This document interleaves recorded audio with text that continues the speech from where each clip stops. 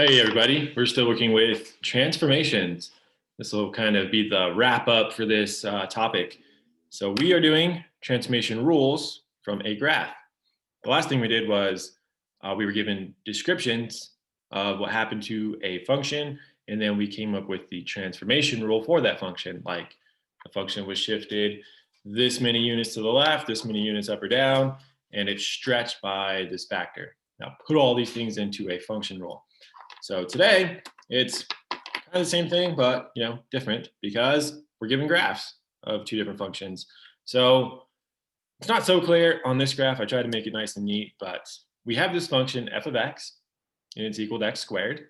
So this is called a parent function. No transformations are applied yet to this function, and we transformed this parent function to create g of x. We did some moving around of this function to create this function. So your goal for today is going to be find function rules for this transformed function.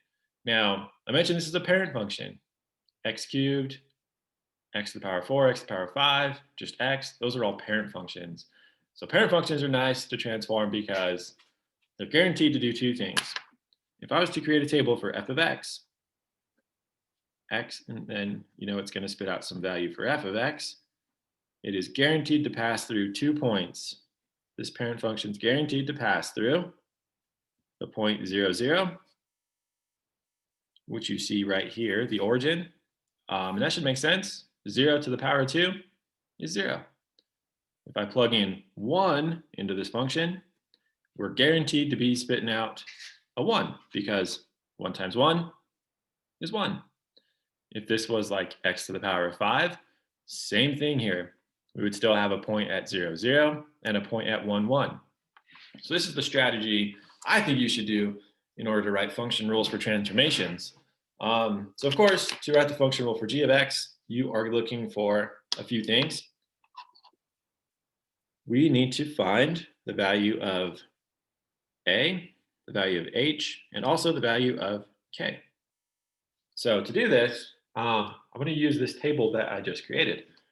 So g of x, we're not sure what g of x is equal to yet, but we do have the graph of g of x. So g of x, when I plug in an x value, it's spitting out a value for g of x. So all we need is the function's origin and the next point of the function. So on g of x, like I said, it's not that clear, but think about where the origin is now.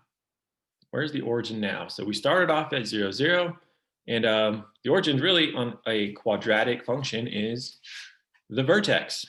So the vertex of g of x is up here. It looks like to get there, I have to go left 1, 2, 3, 4 units, and I'm going to have to go up 1, 2, 3. So this point, I'm just going to kind of get that out of the way for now. This point is at -4, +3.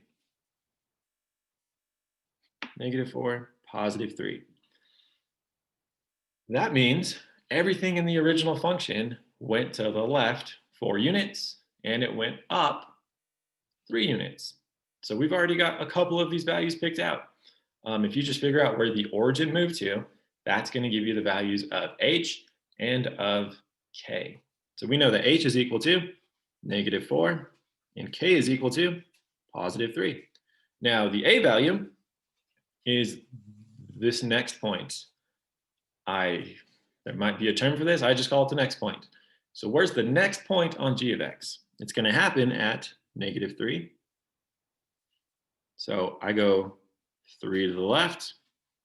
And where is my function at x equals -3? It's right here.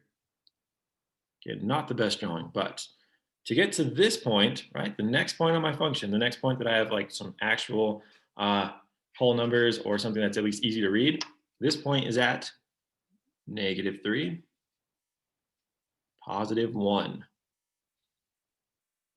All right, so the a value, I really think of the a value as just being like almost the slope between these 2 points, between your transformed origin and the next point. So I'm going to write the value of a like this. A is equal to the rise divided by the run.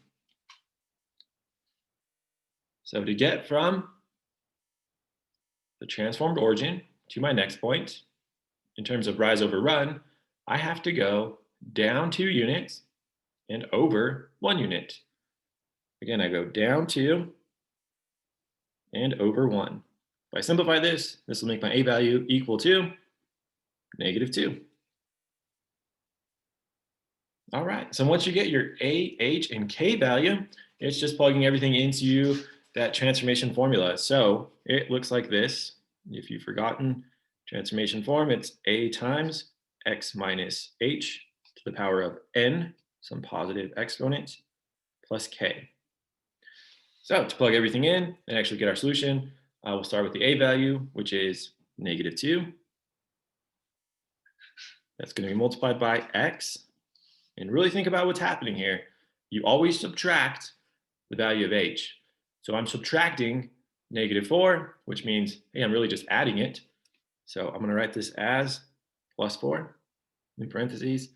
Hey, the exponent is going to match the exponent of your original function. So since it was squared to begin with, it's going to be squared now. And then our K value just gets tacked on to the end, +3. And that's it. That is going to be your transformed graph. Again, it doesn't matter what type of parent function you started with. Always set up your table like this. We know we're going to pass through the origin, and we know we're going to pass through the point 1, 1.